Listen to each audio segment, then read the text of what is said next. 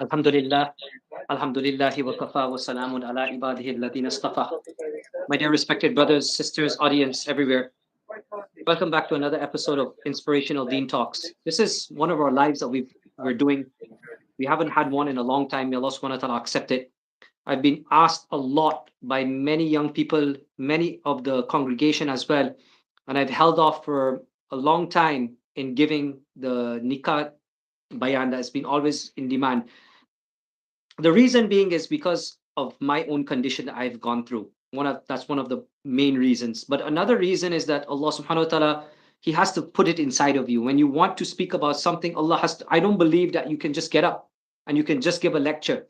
I believe that Allah subhanahu wa ta'ala puts it inside of a person, alim, non-alim, they're equal in the eyes of Allah subhanahu wa ta'ala. But when you come to the aspect of deen and giving a hidayah bayan, it has to be from the heart. It can't be from the tongue.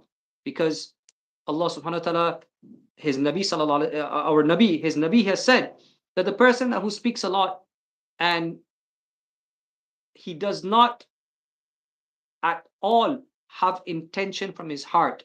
And I'll give you an example about the nifaq in people.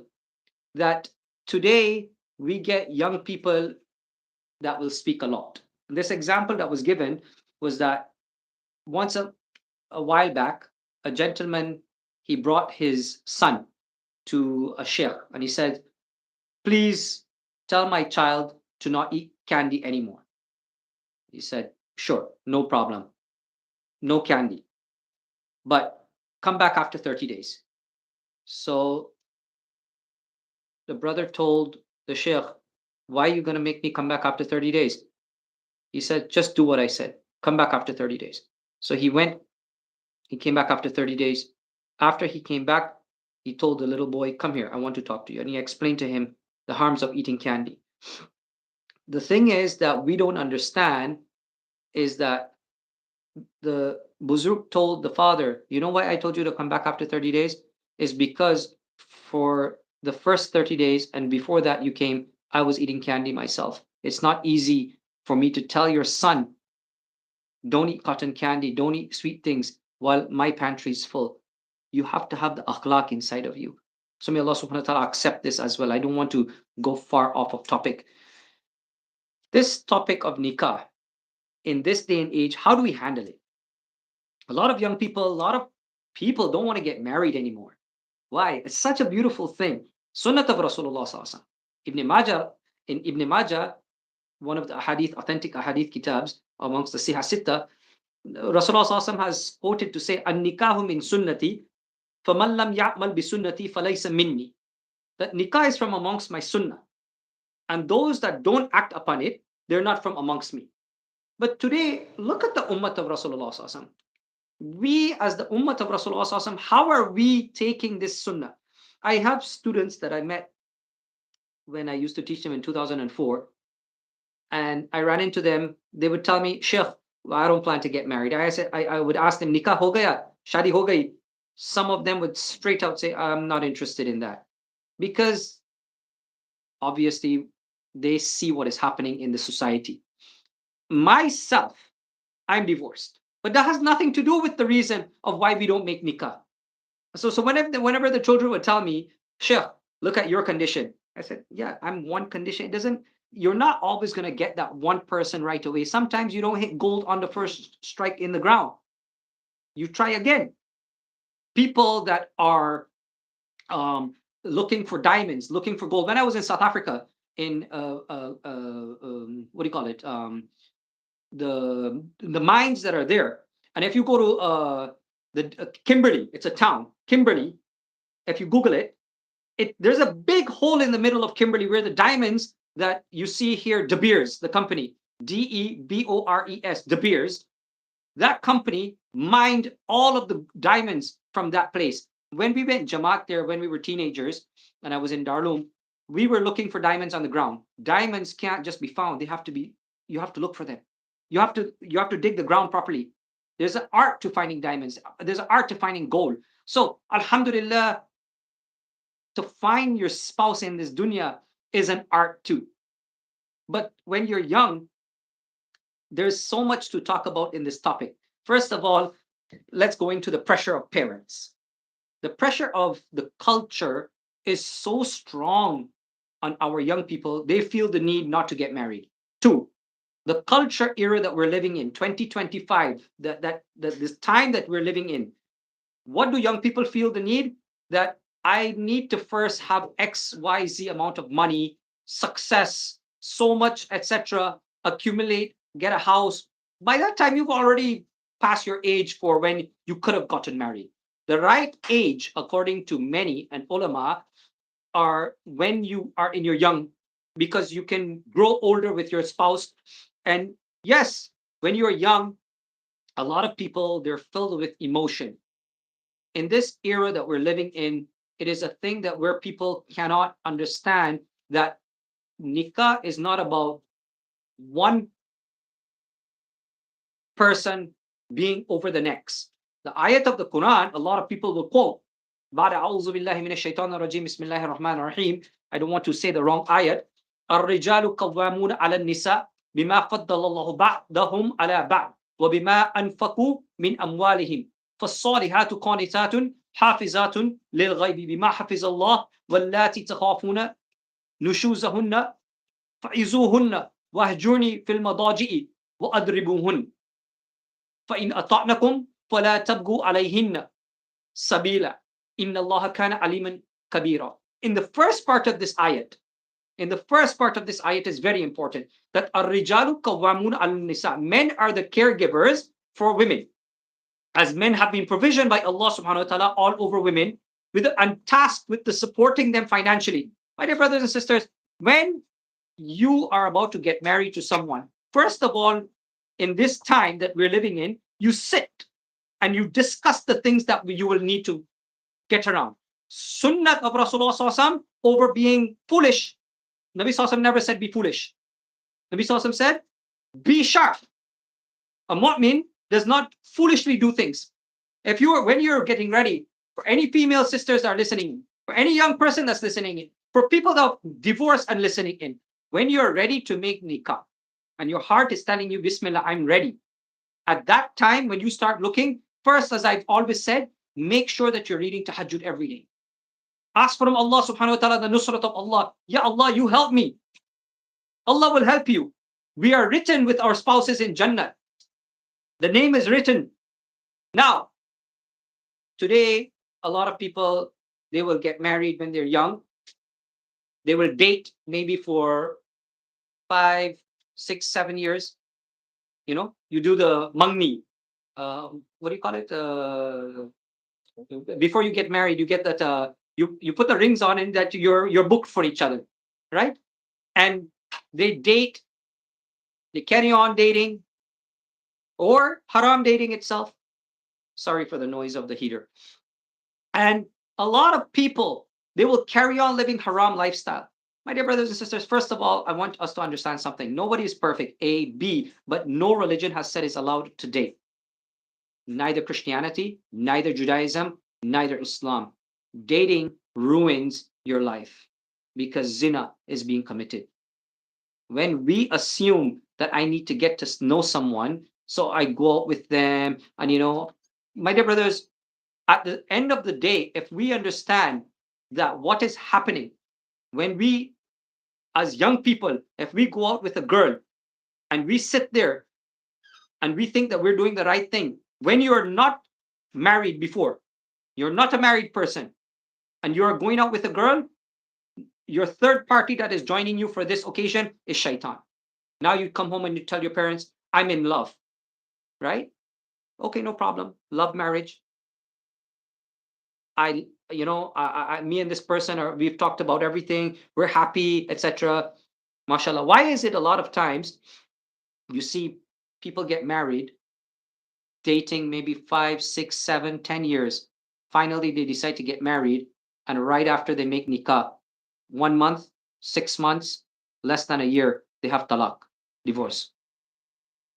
Common sense would tell you that when the nafirmani of Allah subhanahu wa ta'ala is involved, the disobedience of Allah is involved, a lot of things go wrong. When your foundation starts wrong, it is already going to be wrong. If you're building a house on the sand at the beach, common sense would tell you your house is going to fall apart because the sand is not good foundation. Build your life on taqwa. Build your life on recognizing who Allah subhanahu wa ta'ala is. The rest will fall right for you. My dear brothers and sisters, this is to all the men here. We have not been sent into this world to control someone. We have not been sent into this world to become a boss over a female. No man has been given the authority. Rasulullah sallallahu alaihi wasallam never had the authority from himself. He never showed that authority on any of his spouses. But we, if we're not cultured enough by our parents, we assume as desi, mostly is, I see it as a desi myself, right? Caribbean, no problem. But I'm saying as a Gujarat background, I see it that our men have been educated to somehow think that we are supposed to boss the wife around. This is as an alim, as a mufti, I'm telling you it's haram. Do not boss anybody around. When people ask me, what are you looking for in a spouse? When a sister asked me, I said, yeah, I'm not here to boss you. If together we follow the commands of Allah subhanahu wa ta'ala, you follow the commands and I follow the commands of Allah subhanahu wa ta'ala, we'll be happy. But you see, we boss other people when we are not following the commands of Allah ourselves. Why? Because we think that someone can help us to get out of Jahannam. It can't work like that. Your wife has not been sent into this world to be your knocker. Aisha radiallahu ta'ala anha, our mothers, the spouses of Rasulullah sallallahu alaihi wasallam, were not his knocker. They were his partners. Understand what I'm saying? His partner. You don't boss your partner around. You're with your partner as a friend. You're with your partner as together, as you're building a relationship together. Think of how you are with a business partner. In a business partner, how are you with this person? You're always with this person trying to share ideas and succeed together. When you are in a relationship with someone, you make sure that you always understand. If you want someone to be exactly like how you are, then photocopy yourself and marry that person. Nobody will be perfect. My parents, I see them. Alhamdulillah, so many years they're together. May Allah subhanahu wa ta'ala enlighten their lives. Give them happiness. Because of the sacrifice that they make for each other, they're happy. Nobody is always going to be perfect for you. But when you learn that Allah subhanahu wa ta'ala has given you sabr and taqwa, you will learn to accept what the next person have to say in front of you. I'm not talking about dropping your rights. I'm not talking about losing who you are. I'm not talking about giving up everything that you have for someone else. Islam does not stop us from being a human being. Islam does not stop us from being a romantic person. Islam does not stop us from sports. Islam does not stop us from being adventurous. Islam does not stop us from being, enjoying our life. In all my lectures I've given, I've said, in fact, take your wife and go somewhere with her in the summer. If you're a winter person and your wife don't mind the snow, go somewhere. When I was married, I used to take my spouse to Niagara Falls in the winter. It was beautiful at that time. Do some activities with your spouses.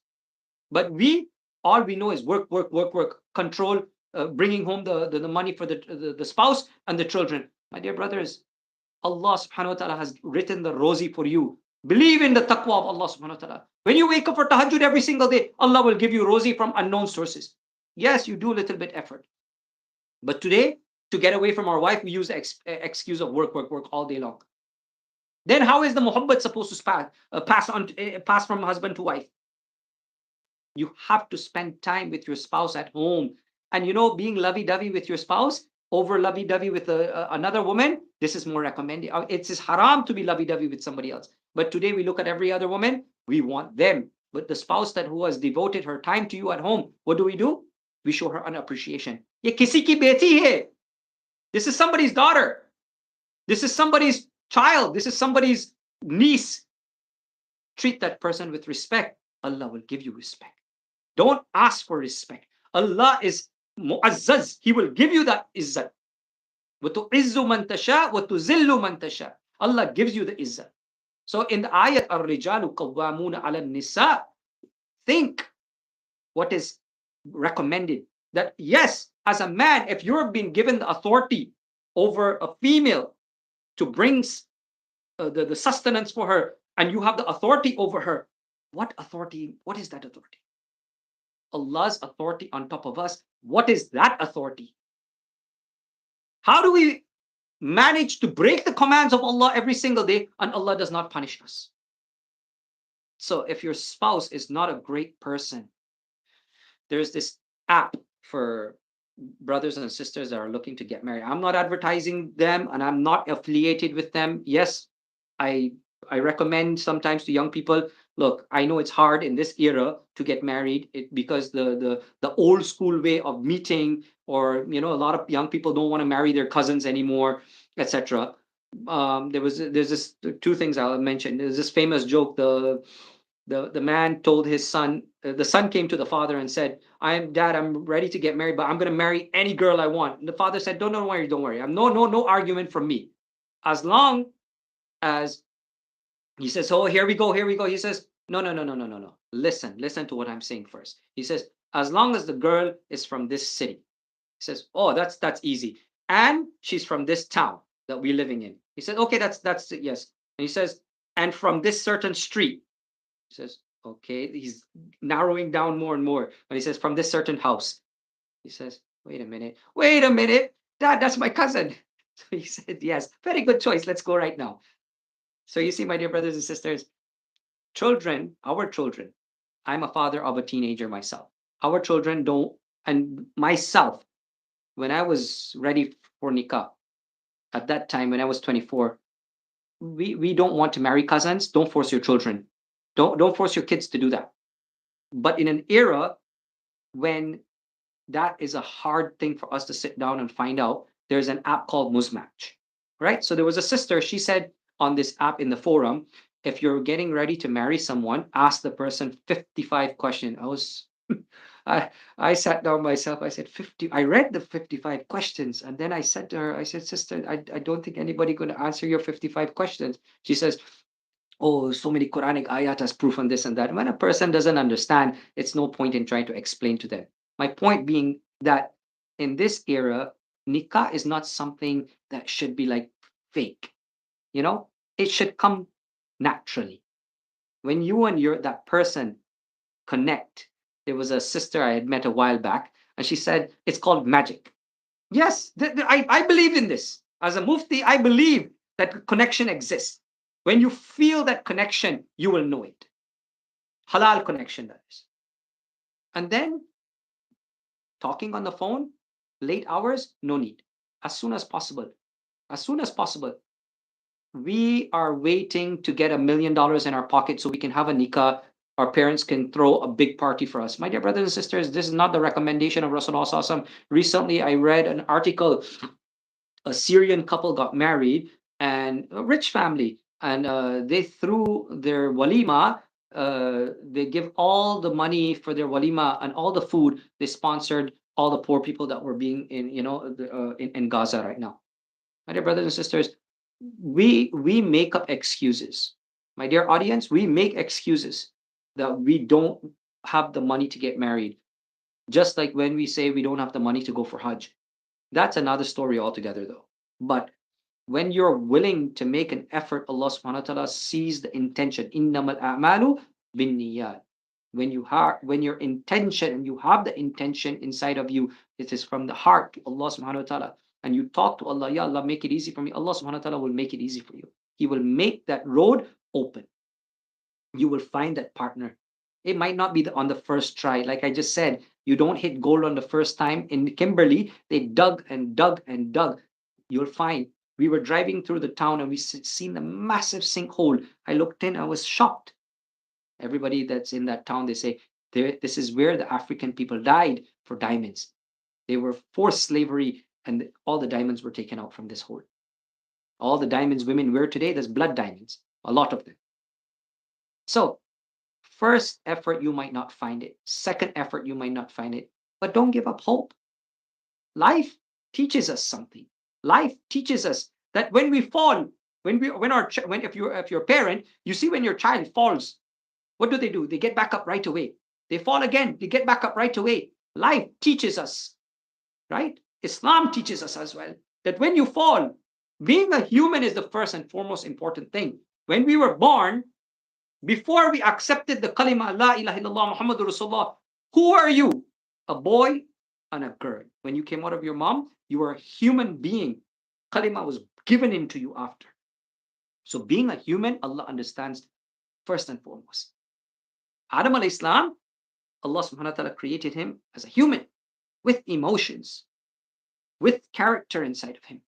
He had the ability to get angry. He had the ability to cry. All these things affect us. And it's getting worse and worse for us as time goes by. People are getting more and more emotional. They're affected by more and more environmental things around them. Families affected. So many things affect our young people. So many things affect all of us. I'm not impermeable, and I'm not saying that I cannot be affected either. No, myself, I've gone through, subhanAllah, I can't even discuss it.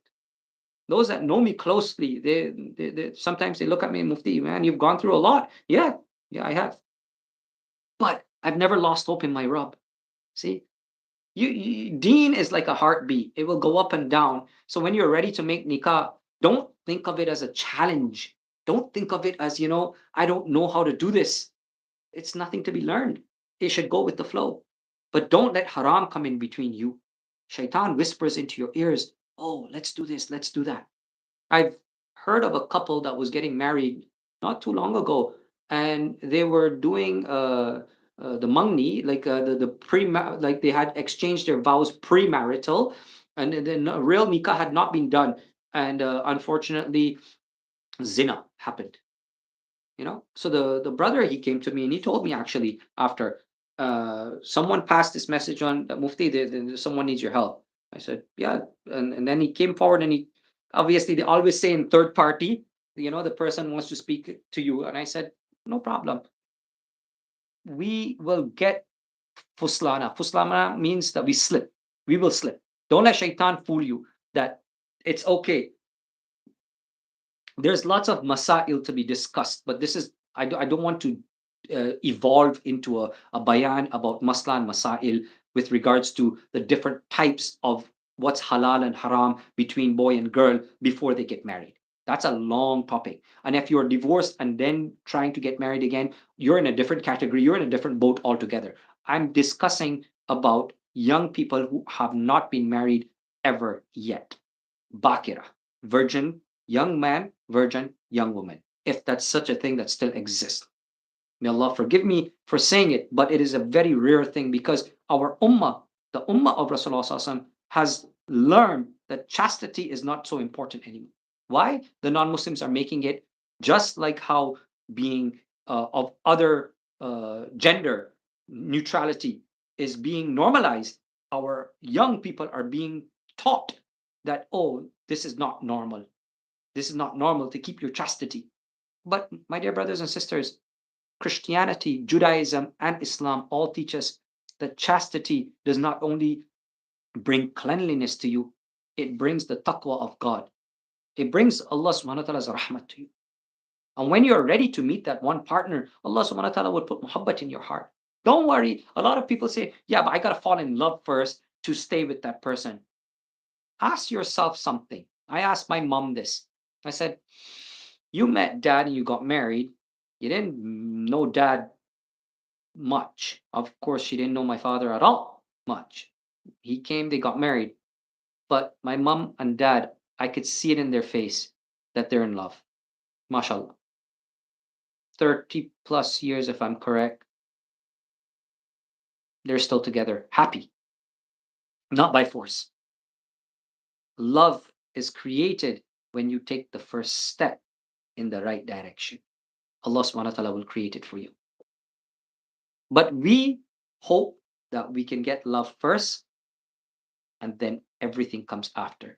What did I say? When you start off on the wrong construction, when you build a house, your dream house, on bad land or on the sand, don't expect that house to stand. It will collapse into the ocean. Sun lena. Listen to what I'm saying. We have to build the correct foundation. Last year, I was going through a lot myself. And I said, pay attention to this. I want things to change. I want things to change in my life. Right? So how does change happen? I said, first of all, I'm not waking up for tahajjud much. I wake up here and there. But I said I can commit to doing this. Change doesn't have to come in monumental changes. Change comes with small effort. So I said every day I'm going to wake up for tahajjud no matter what. No matter what. And I set the alarm and I'd get up for tahajjud. 4 rakats I'd sit down and read and sit down for a little while on the janamaz and talk to Allah before Fajr. And then read Fajr and then go and sleep or do what I want. That turned into a habit. For a whole year, I've been doing it, alhamdulillah. May Allah make it steadfast and keep me going on that path. Ameen. I've seen the results of this. I wanted to see. I didn't expect immediate results. We are ummah of click browser. We expect that when we get married, everything falls into place right away. How? The browser effect. When we click on the browser internet, we expect the page to load immediately on our cell phone. When we're browsing, we expect things to happen immediately. Life is not about expectations of immediate things to happen right away. It doesn't happen like that in reality. See, reality over fantasy. We're living in a fantasy world where we're taught that the perfect life of Hollywood or Bollywood or whatever we see on movies, that's how we're supposed to live. That's not how reality is. Look at your parents. All of us, look at our parents and see what they went through. Your life might not be exactly like their life, but when you hit imtihan, and you will get imtihan, tests and trial and tribulation, because like I said, no man and no women are equally, like you're not like this. You will work to make yourself like this, but you're like this. You see that?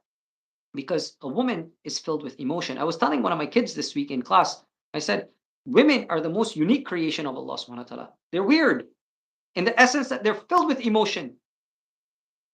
If a woman was given the opportunity to divorce men, all men would be divorced. Hazrat said this himself. Maulana Hamid Sahib, he said, if women were given the opportunity to divorce men, on every little occasion, they would divorce husbands. Men, we don't worry about emotion too much. We get over things. Not that we're not emotional ourselves. And I will always support men's health and women's health.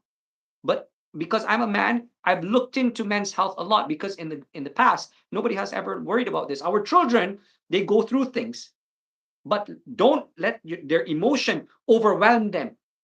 Emotion is a woman character that overwhelms her a lot because of who she is. Look where the children run to when they want care, affection, and everything. They run to their mom.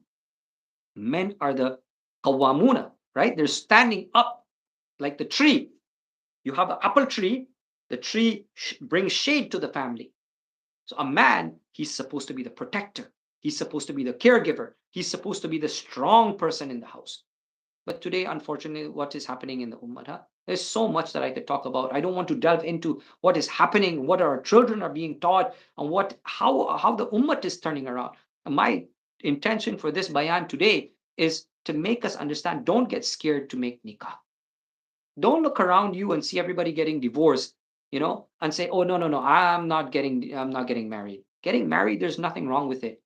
In fact, it's the most recommended sunnah of Rasulullah sallallahu alaihi wasallam. When your heart is in the right place and you have the right intention to make nikah, Allah subhanahu wa ta'ala will make the rest easy for you. You don't need $10,000, $20,000, $30,000. You don't need to have a big hall and a big party. When I first got married too, I had no support from anyone much because of who I was marrying. My ex-wife is a revert, and the culture is, we are always clashing in culture that we have to marry our own kind. That is also haram. I'm telling you as a mufti, I'm telling you this is haram. Don't force your children to marry your culture. This is completely out of Islam. Agar nahi pasand hai, do roti kha lena. If you don't like what I'm saying, don't take it up with me. Look at the Quran, look at the hadith of Rasulullah sallallahu alaihi wasallam. Rasulullah sallallahu alaihi wasallam didn't marry his own kind all the time. So that is a culture thing that we have set into our standards of house. I met a woman once when I used to work for the government, and she told me if my son doesn't marry in my Pakistani culture, I'll disown him and he can die. I don't have any mohabbat for him. I was beyond words. I didn't know what to tell her. She says, "Ye to hamare naak khat jaye." I was like, "Oh, this is so wrong." But people don't want to listen, right? If you don't want to listen, you are going to be stubborn until akhirat. Nobody can change you.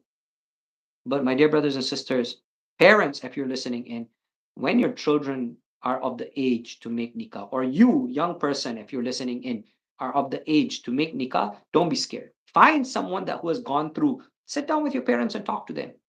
Talk to them. Express your feelings that you like this person. You've seen someone at the masjid, you've seen someone at the library, you've seen someone somewhere, and then you know that person. You're not becoming a stalker, obviously, right? We're not talking about taking pictures of someone and trying to hunt them down. No, we're talking about you've met someone and things are happening. You think that you can get along with this person. Bismillah. Make it happen. Don't be scared. Don't be nervous. Bismillah. But as a young girl and as a young boy, if you're getting ready to make nikah, I recommend for you to make your tahajjud. Now, there's one other part. A lot of people, they say, what about istikhara, Shaykh? Myself, I'm going to tell you, many ulama are of different opinion. Istikhara is an option. It's not a farz, it's not a sunnah. Istikhara, because in the Quran it says nothing about istikhara. It says, وَشَاوِرْهُمْ فِي الْأَرْضِ, and make mashara with people. So if you have an alim that you know, then you make decisions with your parents, you make decisions with an alim, you know someone, you find out advice. You get advice before you make nikah. You talk, you find out things, you talk to that person themselves. But you're expecting, we are sinners, sinning every day, all types of sin, and we expect when the time of nikah comes, we'll make some istikhara, or we're going to see some dream, or Allah will give us some kind of guidance. I'm not saying don't do istikhara. I didn't say that either. You cannot get me to utter, oh, I don't believe in istikhara. It is proven, but it is not the only thing that we should be doing. We run to istikhara because at that time for nikah, we think that Allah will give us the guidance. And if we don't see our dream, oh, that person is not for me. My dear brothers and sisters, you're bewildered. You're fooling yourself like this, man. Common sense over a dream. Do you understand what I'm saying? Common sense over a dream. Don't let one thing that you're hoping for some fantasy to come true. You might never. And I've read all the kitabs on istikhara from Muhafizur Rahman Sahib, who was Shaykh al-Hadith in Darul Azadville. And even in there, it's written that we are not recommended to wait for something to happen. I always recommend. I tell young people, and anyone that asks about istikhara, when you're ready to make istikhara, you know what's the reason for istikhara? Is that when you're 50-50 exactly split down the middle, you're not sure. But most of the time, you're 51%, 49%. That 51% is already where your istikhara is taking you. Why are you fooling yourself? So don't waste your time like that. Make the correct intention. Put the questions forward, that you couple basic things, and go forward. Don't be shy to make nikah. Allah will give you barakat in your life. Young people, it is very important to protect yourself from zina, because the ummah of Rasulullah is weak. We're getting weaker and weaker and weaker. Shaitan every single day, isma' kalami, listen to this. Every single day at Maghrib Salah, Shaitan, I've said this in one of my shorts or one of my bayans recently. Shaitan has a majma. This is a proven authentic hadith in Bukhari Sharif, right? That every day at the time of sunset, Shaitan called all his minions. He asked them each account taking. What did you do today? Before the night starts, I want to know what you guys did for the whole day. Who did what? So Shaitans all say, I did this, I got this guy to kill this guy, I got this guy to fight, I got this guy did this, and then the list goes on.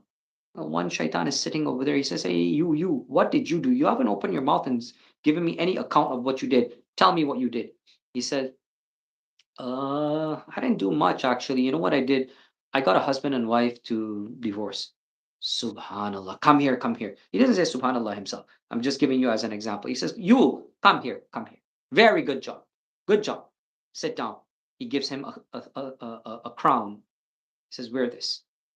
Another shaitan is, again, he's asking questions. The next shaitan, again, one is sitting over there. He says, you come here. What did you do? You better have some good answer. He says, I didn't do much either, man. I just made a student go astray from the right path. Congratulations. Gives him a big award. Why does these two things have such an impact when we would think murder, cheating, robbing, killing, stealing, zina, adultery, all these are big sins? Breaking a husband and wife, why is that considered as a big thing? Because you've destroyed a community. Shaitan, his objective is destroying communities. And an alim, when he's destroyed, another community is destroyed. An alim is kullukum ra'in wa kullukum mas'ulun an ra'iyatihi. An alim is a shepherd over the qawm, just like a father is the shepherd over a family.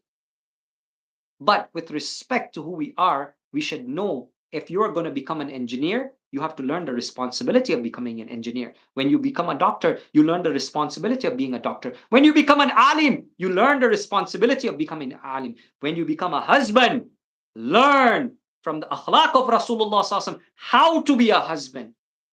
Being a husband, you have to learn. Being a spouse, you have to learn. But today, we think we know. You don't think. Learn. Read books.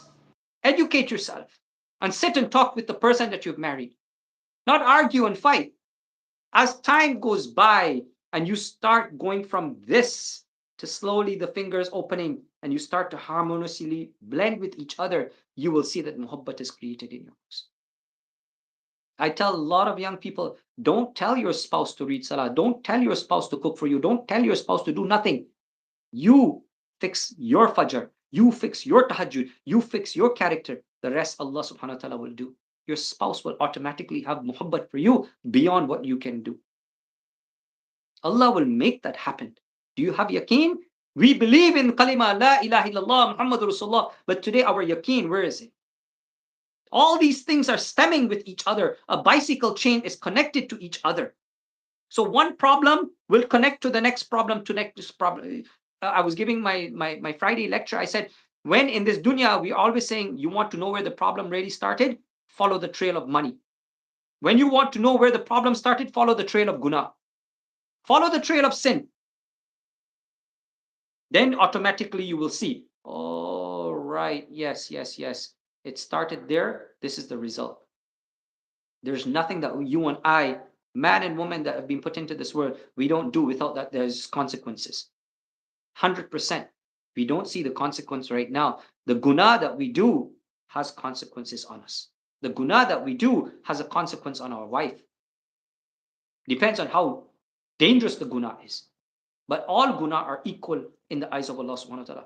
Kabira, sagira, all, they're sin. You want drink one drop of poison over a glass of poison. They're the same thing to you. They both kill you. One kills you right away, one kills you slowly. But we don't justify drinking the poison. So guna is guna. Treat it like sin and stay away from it. Allah subhanahu wa ta'ala will put mercy in your heart for the person that you've married. Today, when you get married, make sure that you first and foremost fix who you are as a person. And if you're not ready, don't get married out of pressure from family. Don't get married out of pressure from friends. Don't get married because you see all your friends are getting married and you're left alone. A strong person can live by themselves, but don't let that be an excuse that you're not getting married. Because a lot of people will settle in. You see, if you learn and pay attention to this, a lot of people know this already.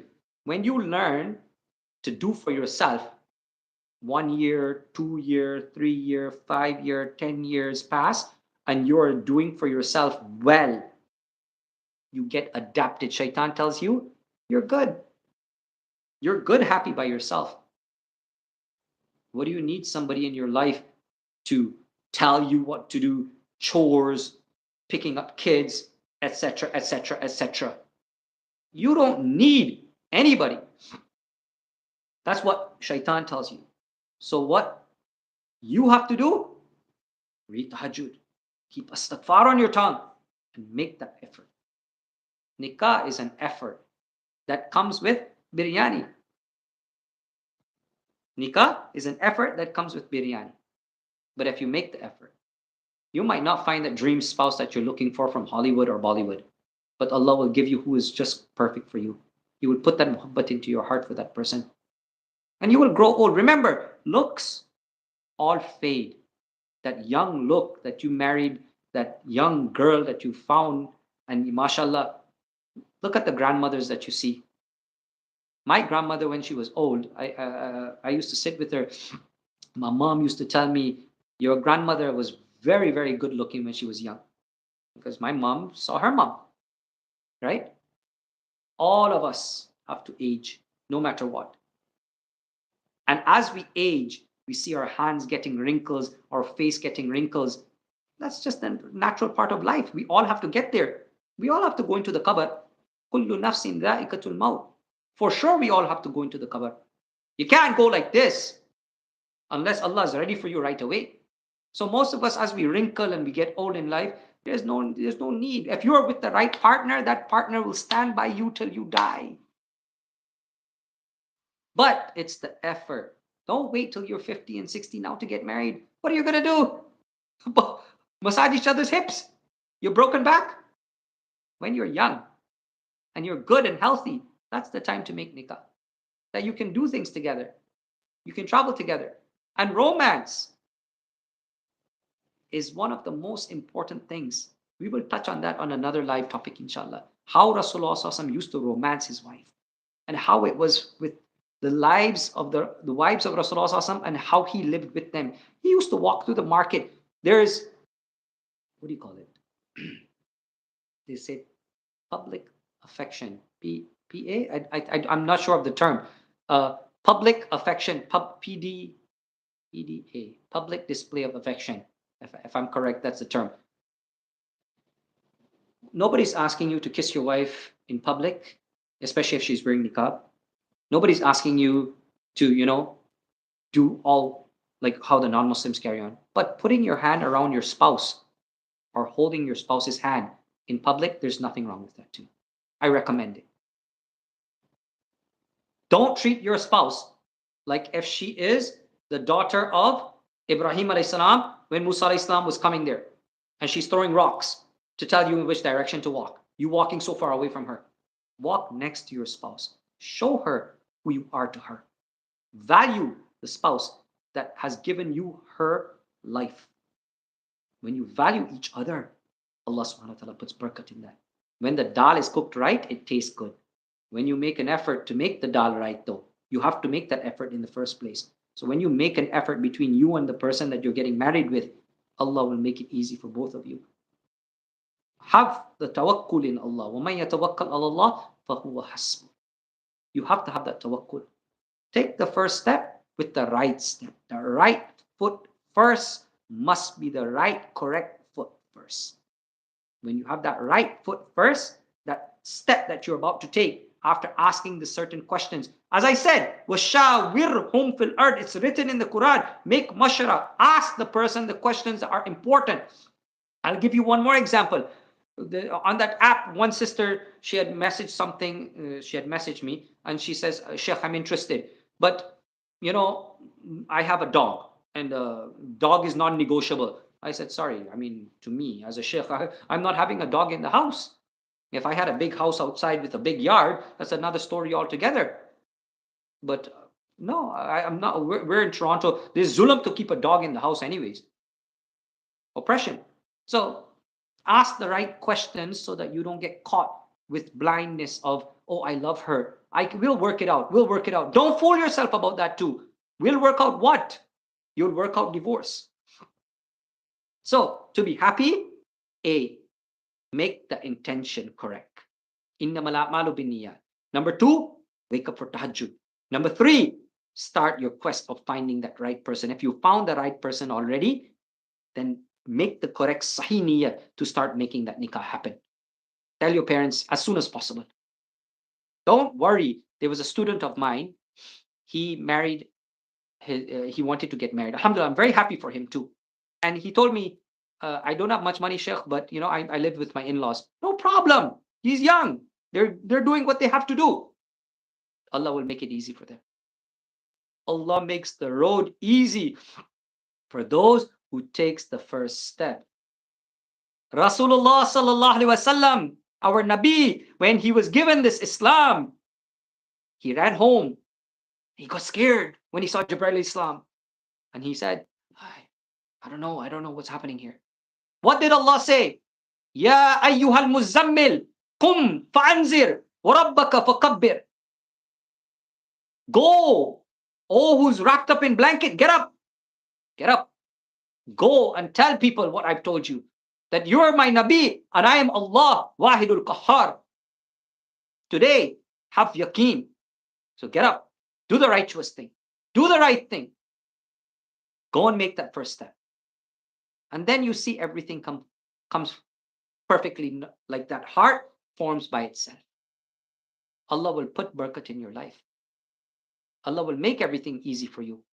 No matter that some days you say, I'm not, this is what's happening. Of course, I just said it. We are not meant to be like this together right away. We are meant like this. Women are not men. Men are not women. We are going to knock heads together.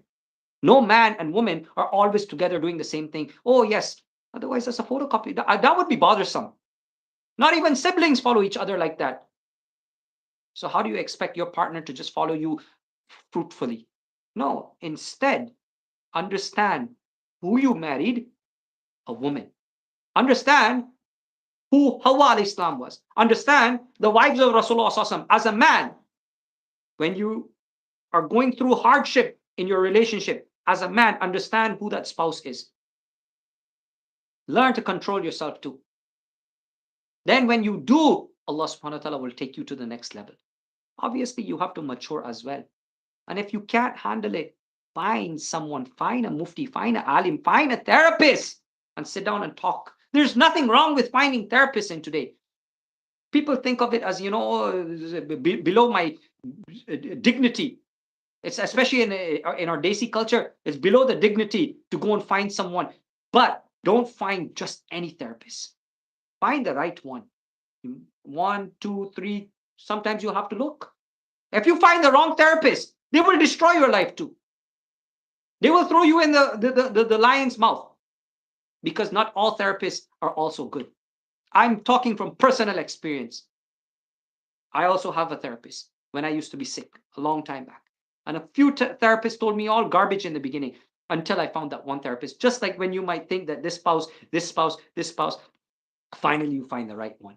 So don't listen to every single person. Not everybody is the right person to give you the right advice. Because some people have animosity. Some people shaitan is latched onto them, feeding them garbage to feed to you. So my dear brothers, youngsters, parents, if whoever is listening, it is very imperative that we understand that nikah is such an important thing. Khushi ki baat hai. It is a matter for khushi, happiness. But today our young people see the divorce rate is so high in the ummah of Rasulullah. In our own Muslim ummah, the divorce rate is so high. Sad. And they get despondent. Young people stay young, stay non-married 30, 35, 40. What are you doing? Accumulating dunya, and then what? We are meant, listen to me, we are meant to have a partner. Allah created Adam and He didn't leave him single. He created Hawa for him. We are meant to have someone with us. Someone to give us peace and sukoon. Also give us craziness at the same time. Tennis can't be played by one person. And don't tell me tennis can be played by the wall. You can hit the ball on the wall. There's no maza in that. There's no fun in that. When you are finding that you're starting to like your solitude too much, that's the time that you should get out of this. Otherwise, again, I will not say staying in solitude, there's nothing wrong. If you can't afford to get married, and again, that's another topic altogether. We will come to that as well. What does affordability mean? In this day and age, everybody can afford to get married already. We have made it exorbitant. But there's nothing wrong in staying in solitude. However, if you're doing the right things, today we stay solitude because it's easier to do zina and don't have a wife. We stay single, keep the money, go to work, do our things. We don't have to answer to anybody. But when when shahwat comes around, when my needs and urges come, I'll find someone. We do our business and go about our separate ways. Friends with benefits. This is a term that I was shocked about. And this is what the ummah is coming to. Young Muslim brothers and sisters, they have this. We might not like to hear the truth. I speak it. I tell people on the mimbar too, these are the things that are plaguing our community. This is why our du'as don't get accepted as a qawm. This is why Allah has put zalimeen to rule us, because we are doing the wrong things. Friends with benefits, marry and see spouse with benefit, husband with benefit. Allah will make your life easy for you. Don't worry about the sacrifices that you have to make. That will come later. Rasulullah SAW made sacrifice for us that we can't even think about. All the Anbiya made sacrifices for their qawm that we can't think about, and we're worried about making sacrifices for a spouse. Who's going to share her life or his life with you? No, we're looking at what does this person bring to me financially. Money is not the end and beginning. It's not the beginning or end of anything. Allah will put barakat in you.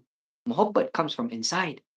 Work on the inner peace. As I said, both husband and wife, make sure you get up for tahajjud.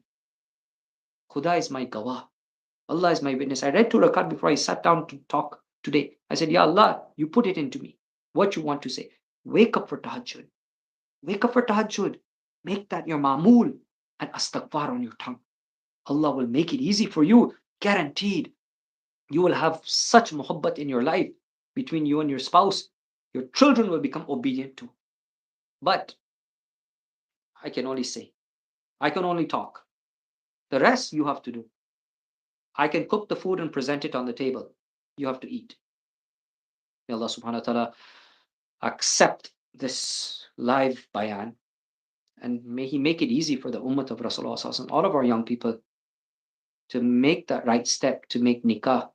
And inshallah, give me the strength and ability to also make that right step going forward.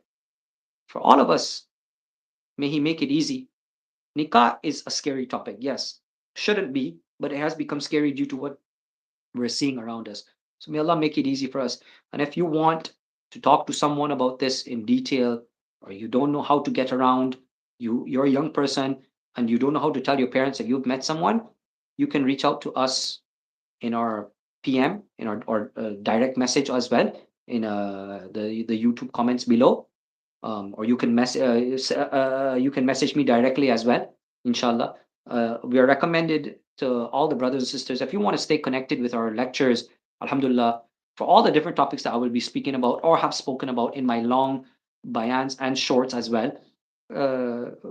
Subscribe to the channel, like and share, and touch some bell so that you stay connected to all the bayans and everything that will be happening. Because sharing information is caring, but also it is sadaqah jariyah. I'm not sitting here to become famous. I've said this before. I'm sitting here because of the fikr of the ummah. When I see young people going through things, it affects me. I have a teenager, 15-year-old teenager. It bothers me that this is the ummah that we have. We have to fix our problems that we created. And who's creating them? Don't blame shaitan. We have created them by discarding the ibadat, by discarding taqwa, by discarding the fear of Allah inside of us. So inshallah, may Allah make it easy for us that we first rectify who we are, our first self. We first, each husband, each wife, you first rectify you. Then Allah will make the rest easy for us. May Allah subhanahu wa ta'ala accept this live bayan, and may He make it easy for me and all of us to practice upon what is being said. Jazakallah khair. Assalamualaikum warahmatullahi wabarakatuh.